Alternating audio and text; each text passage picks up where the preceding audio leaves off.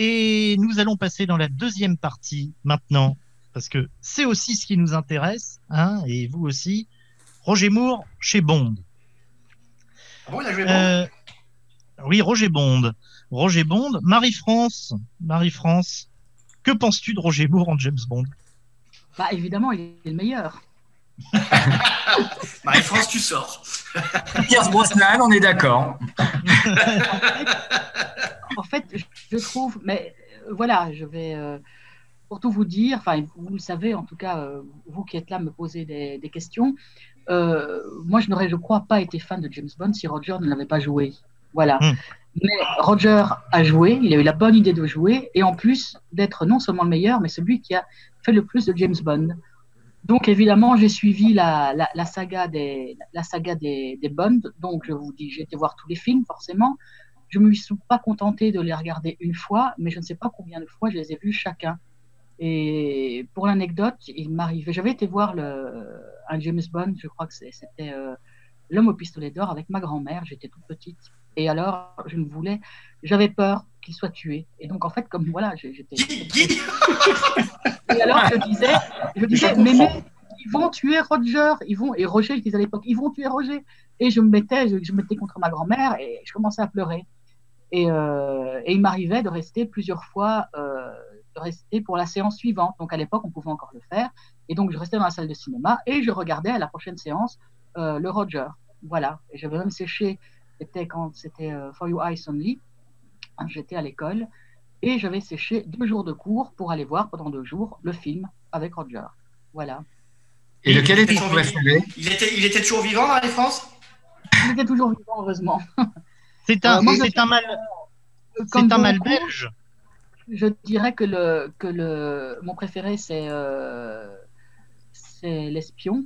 Et j'ai beaucoup aimé aussi Octopussy et For You Eyes. C'est vraiment, ce sont mes 3 préférés, mais je les aime tous, hein, à des degrés divers, mais voilà, je les aime tous. Dominique. Et ce traumatisme dont tu parles, qui date de L'homme au pistolet d'or, c'est de là que vient ta rancœur envers Christopher Lee, sans doute, puisque tu avais peur qu'il tue Roger. C'est ça. Non, oui, enfin pas seulement, c'était un des méchants de la saga, ils étaient tous excellents, les méchants. Et Joe, c'était, je trouve, un des méchants les plus savoureux et un homme tellement gentil. Donc, peut-être un homme très croquant. Tout à fait, craquant et croquant. Et il était, je ne sais pas si certains d'entre vous ont eu l'occasion de le rencontrer, mais c'était un homme, outre le fait qu'il était extrêmement grand, mais il était extrêmement gentil, extrêmement timide. Et en plus, il avait une épouse tout aussi charmante qui n'avait pas plus d'1m50. Donc, c'est très, très rigolo de les voir ensemble. C'était Nick-Nack. José, tu avais une question? Oui, simplement une petite remarque comme ça. Finalement, les 3 films que tu as cités, à savoir L'espion qui m'aimait, Rien que pour vos yeux et Autopsie, sont plus ou moins les films classiques et ceux qui sont souvent le plus cités parmi les meilleurs films de Roger Moore dans le rôle de James Bond, avec une moins forte préférence pour Dangereusement Vôtre, Vivre et laisser mourir et L'homme au pistolet d'or, qui sont quand même extrêmement marqués dans leur époque. Maintenant, il est clair que Moore a donné vraiment, pour le coup, ses lettres de noblesse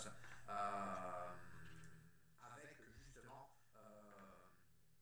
avec L'espion qu'il aimait, avec peut-être aussi Moonraker, Rien pour vos yeux et Autopsie, qui sont vraiment, à mon sens, et tu partages ce point de vue-là, et je pense qu'on est tous plus ou moins du même avis, sont probablement les 4 qui ont marqué vraiment la décennie 70. Tout à fait, qui collait aux événements de l'époque aussi.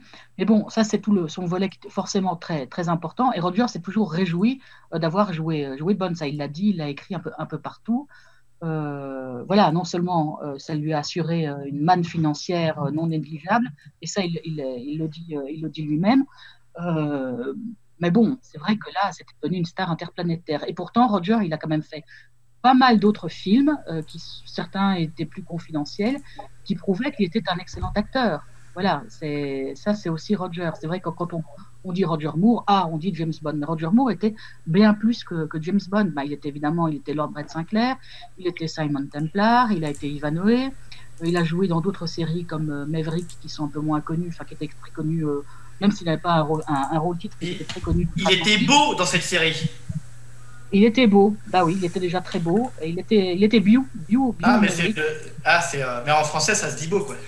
Et justement, Marie-France, j'avais une question par rapport à ce qu'on a évoqué dans la première partie. Quand tu étais administratif, webmastrice, si tu préfères, de son site web qui était tout à fait officiel, quelle relation avais-tu avec des grosses sociétés de production comme Eon Production pour les Bondes ou ITV pour Amicalement Vôtre? Alors, je dois dire aucune. Donc, en fait, le site était vraiment basé sur l'UNICEF. Et en fait, mes seuls interlocuteurs, c'était Doris Briggs dans un premier temps, ça a été Gareth Owen dans un second temps. Je n'ai jamais eu affaire à E.ON ou à ITV. Voilà. J'ai toujours eu des personnes qui m'ont contacté ou j'avais des contacts directement via le secrétariat de Roger, l'assistant ou l'assistante.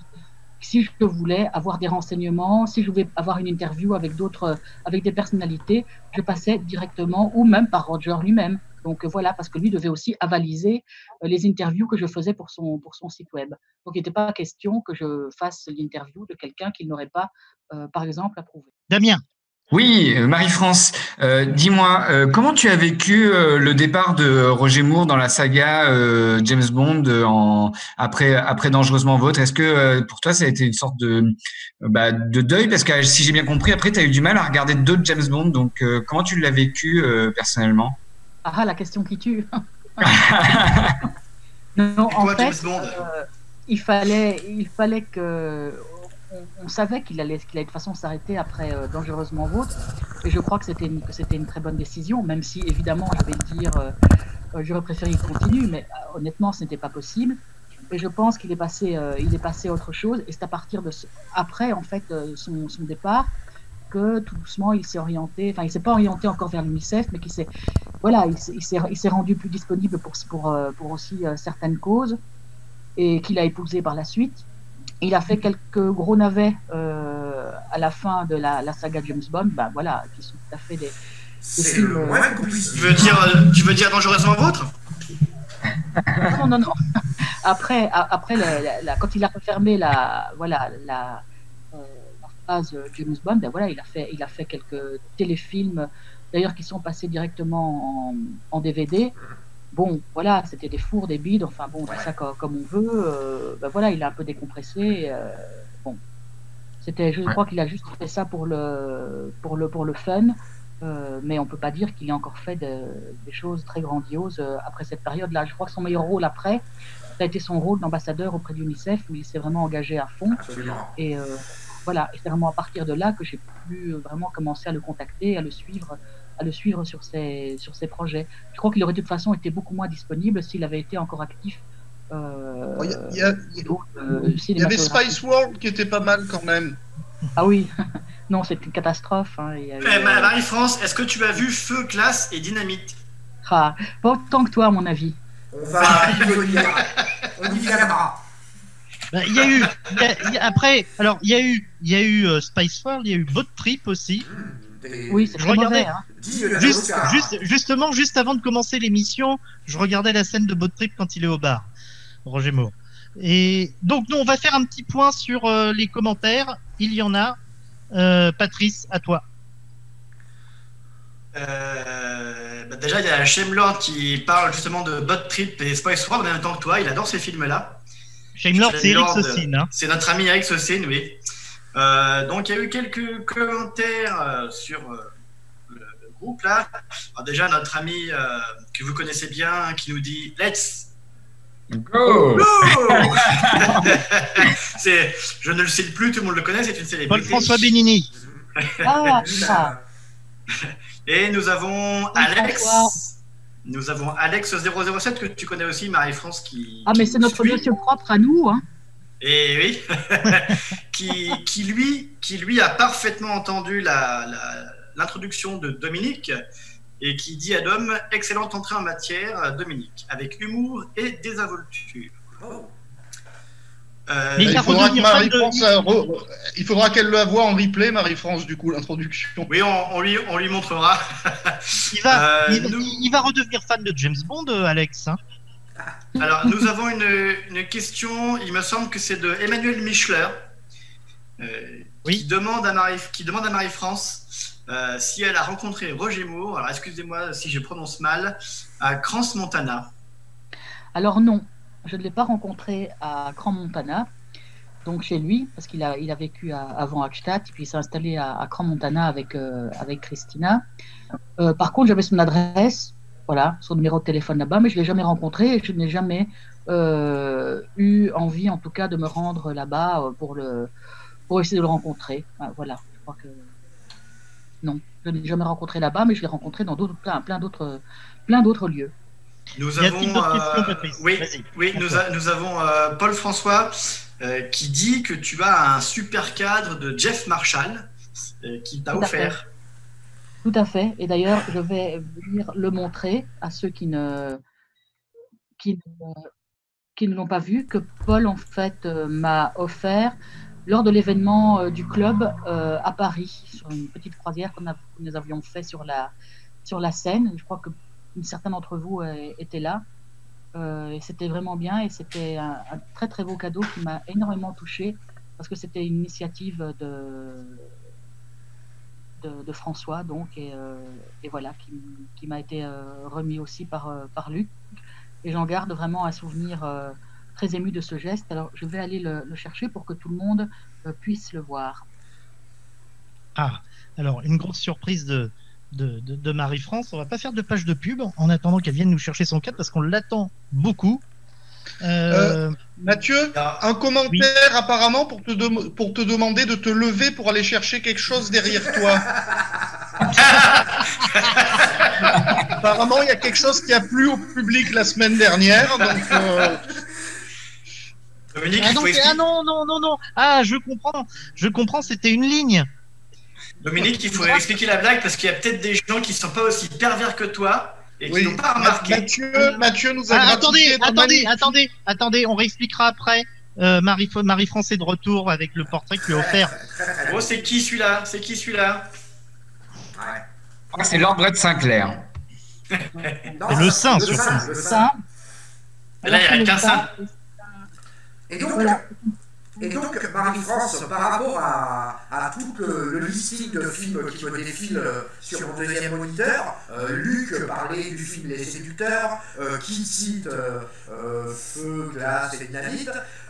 Quel est, selon toi, le meilleur film en tant qu'acteur de Roger Moore? Parce que le titre qui revient souvent, c'est, et malheureusement le DVD n'est pas disponible, il repasse quelques fois sur le câble et satellite, mais est-ce que tu citerais toi aussi la seconde mort d'Harold Pelham? Ah, clairement, tout de suite. Et c'est vraiment un très très très beau film. C'est une interprétation magistrale de Roger et il en a été vraiment malheureux et très marqué du fait que ce film n'ait pas eu le succès escompté et qu'on ne reconnaisse pas ses talents d'acteur. Et je pense que c'est à la suite de ça qu'il n'a plus fait finalement c'est un film qui est inspiré d'un ouvrage. Et je crois que c'est après cet échec commercial, en tout cas, qu'il n'a plus souhaité réitérer une telle expérience. Et c'est vraiment très dommageable parce que c'est un excellent acteur qui s'est commis dans des très mauvais films, dans des très mauvais téléfilms. Mais ça, c'est vraiment je crois que le public, bon voilà, c'était Le Sein, c'était Amicalement Vôtre, c'était Lord Brett Sinclair. Bon, et il a été casé, il a été en tout cas mis dans cette case et on ne lui a pas permis de développer ses grands talents d'acteur. Et donc ça, je crois que ça reste une grosse tâche dans sa carrière cinématographique. Et ceux qui ont la chance de pouvoir avoir le DVD, ça vaut vraiment la peine de regarder ce film. Il a un rôle tout à fait à contre-emploi. Je t'avouerai que je l'ai découvert il y a 3-4 ans. Il est repassé sur une chaîne du satellite et je ne connaissais pas du tout l'œuvre, j'en avais entendu parler et pour le coup j'ai été bluffé. Et pour nos amis cinéphiles, il faut savoir que le réalisateur Basil Verden, qui avait réalisé un ou deux épisodes d'Amicalement Vôtre, s'est tué un an après le film, dans les mêmes circonstances que meurt le personnage de Roger Moore. Enfin, sans spoiler le film, il est censé mourir au début de la seconde mort d'Harold Perlman.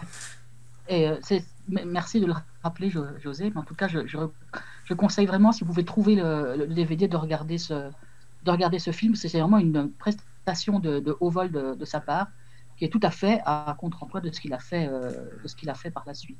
Et à mon avis, ça a peut-être conditionné aussi sa carrière par la suite. Alors, on a d'autres, Marie-France, on a d'autres réactions d'internautes. Je laisse la parole à Patrice. Alors effectivement, il faut qu'on fasse gaffe parce qu'on a deux présidents qui nous regardent. Nous avons donc un certain Luc Leclèche qui dit allez Marie-France, on te regarde avec la présidente. Ah, bonsoir Sylvie. Coucou la présidente. Et Laurent Perriot qui nous dit super Marie-France, continue comme ça, Luc et moi avons notre boîte à gifles. Ah, merci Laurent.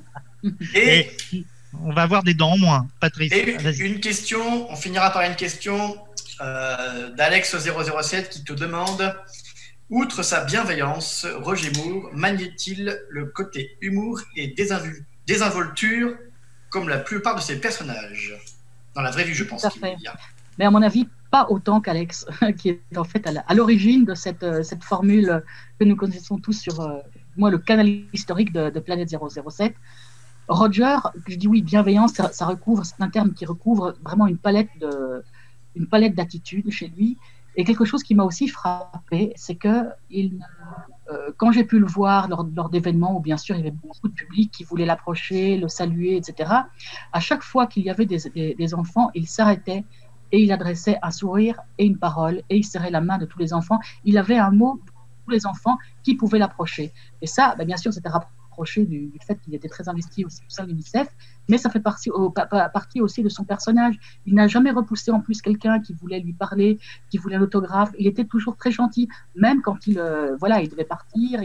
Il était vraiment, vraiment un gentleman. Et je crois que c'est je veux dire, moi j'ai eu l'occasion de rencontrer dans le cadre de la gestion du site de Roger, que ce soit à Pinewood ou ailleurs, d'autres acteurs de second plan qui étaient beaucoup moins délicats en tout cas que Roger. Et lui qui est quand même une immense star et qui même dans les années 90 et début des années 2000 était encore une immense star. Je veux dire, il était d'une gentillesse à l'égard de tout le monde et d'une douceur aussi quand il parlait, contrairement à des personnes, des seconds couteaux en tout cas, qui étaient beaucoup plus dédaigneux. Moi, je l'ai vu à Pinewood et je crois que beaucoup de personnes qui nous regardent, qui nous écoutent peuvent en témoigner, que c'est vraiment un grand trait de caractère chez lui. Et c'est une constante en tout cas chez lui. C'est vraiment un homme profondément humain. Alors, on a notre homme invisible qui a une question et puis après, je passe la parole à Guy. Damien, à toi. Oui, merci Mathieu. Donc Marie-France, depuis tout à l'heure, en fait, tu nous dis que du bien de Roger Moore, mais est-ce qu'il avait au moins un défaut? Parce qu'en fait, depuis tout à l'heure, on entend vraiment toutes les qualités, et forcément, mais est-ce que, toi qui le connais de près, est-ce qu'il avait un défaut? Lequel était son plus grand défaut? Si on pouvait dire un peu de mal. Je veux dire, c'est un petit peu le défaut de la qualité, c'est qu'il ne savait pas dire non. Et donc, je pense que Roger n'a pas toujours été entouré, enfin, je dirais plutôt vers la fin, peut-être par les meilleures personnes qui voulaient surtout, certains voulaient en tout cas tirer la couverture à eux et profiter de sa notoriété pour grandir, entre guillemets. Voilà, parce que Roger n'a jamais fait de l'ombre à personne et certains voulaient créer de la lumière grâce à lui. Et donc, j'ai pu rencontrer des personnes qui n'étaient pas spécialement bienveillantes non plus et qui, en tout cas, voulaient profiter de son aura pour se mettre en avant. Et Roger, peut-être, n'a pas eu, j'ai l'impression, toute la clairvoyance voulue pour écarter certaines personnes. Mais bon, voilà, ça c'est un peu le défaut de la qualité, c'est qu'il n'était pas assez ferme, je pense. Mais bon, je ne suis pas grand-chose pour pouvoir juger de ça. Disons que j'ai ressenti, c'est un ressenti, voilà. Et Guy, attends. Ouais. Guy avait une question, je te passe la parole après. On est quand même dans la partie, James Bond maintenant. Dis-moi, Marie-France, tu as eu l'occasion de regarder d'autres films de James Bond que ceux de Roger Moore? Non, en fait. Non, t'as jamais aucun? Non, en fait, voilà, comme je l'ai dit, pour moi, Roger, voilà, j'aime James Bond parce parce que Roger a joué, mais je dois avouer que j'ai essayé, c'est un long sujet de Planète 07 Canal Historique, et c'est vrai que j'ai tenté de regarder quelques autres films et que je n'accroche pas. Ça n'enlève rien au talent des autres acteurs qui ont incarné le personnage. Et franchement, j'ai regardé un ou deux avec Sean Connery. J'ai tenté de regarder un film avec Pierce Brosnan. J'ai regardé Casino Royale avec certains d'entre vous à Bruxelles. Et que j'ai trouvé un film qui était une bonne facture. Hein. Je veux dire, voilà, les effets, le jeu, etc. Mais franchement, je n'ai pas accroché. Voilà. Mais je le dis sincèrement, je n'ai pas accroché. Tu en as quand même regardé l'un ou l'autre.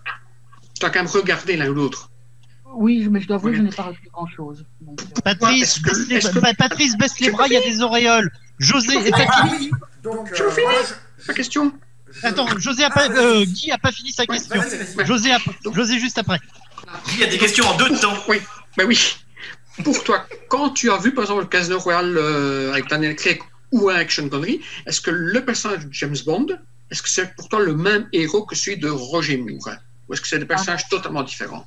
Non, pour moi, il est tout à fait différent. Je dis vraiment, Roger est à part, c'est un peu, je dirais, et je vais peut-être donner raison à certaines personnes, c'est un peu un ovni dans le personnage de James Bond, parce que je trouve que, bon, en tout cas, quand on voit Daniel Craig, moi j'ai vu Casino Royale, s'il n'y avait pas eu le Covid, ben voilà, j'aurais vu le dernier film à Paris avec nos amis, mais c'est vrai que Roger, c'était tout à fait, il avait un ton, une légèreté, cet humour et cette désinvolture pour reprendre cette formule chère à Alex, que n'ont pas les autres. Peut-être, et je vais faire plaisir à Laurent Perriot, que Brosnan se rapprochait un tout petit peu de Roger dans sa façon d'interpréter. Il t'a payé pour dire ça, il t'a payé. Non, mais encore. Marie-France.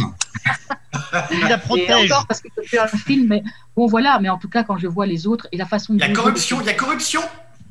La façon la façon de bouger de Sean Connery n'a rien à voir avec celle de Roger.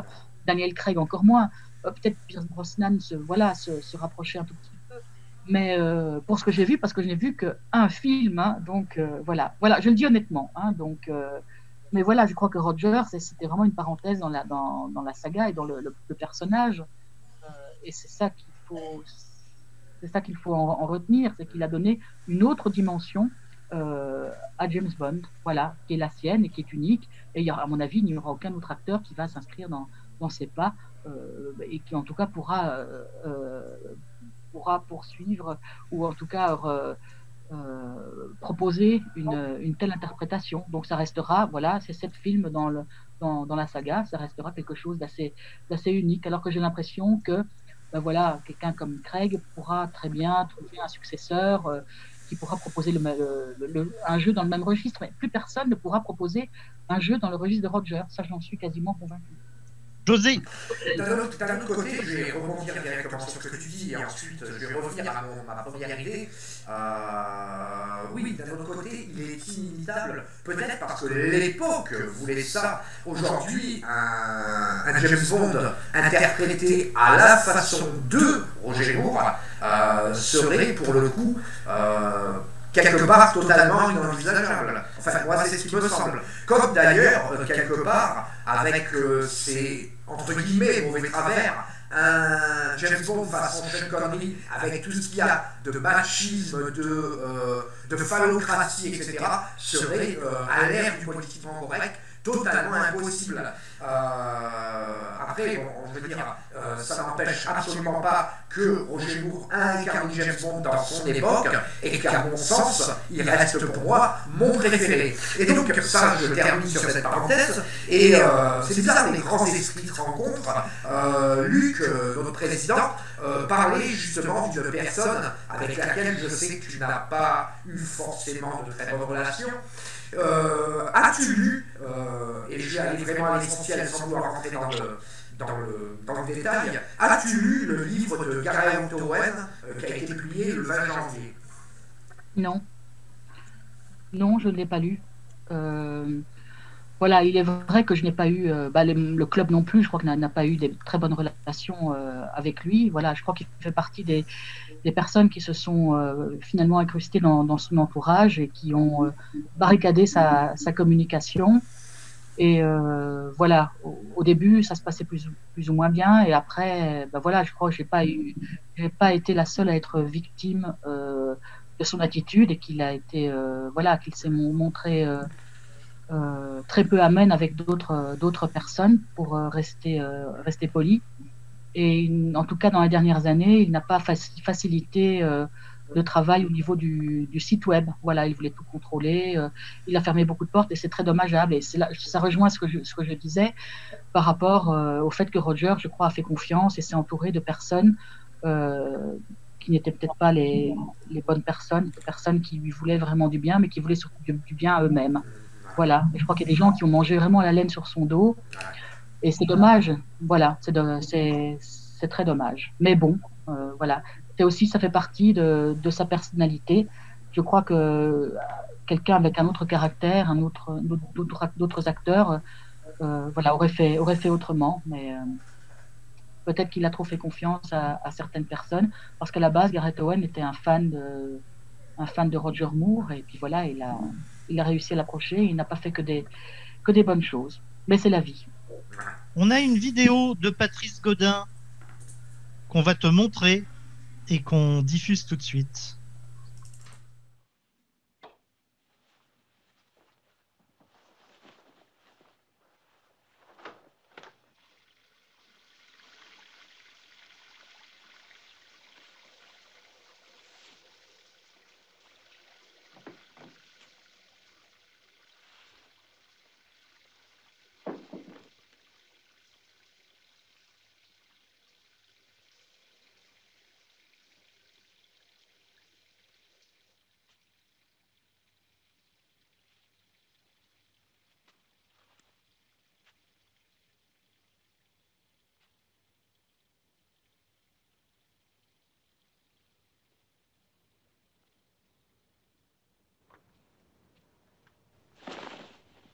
Where have you been?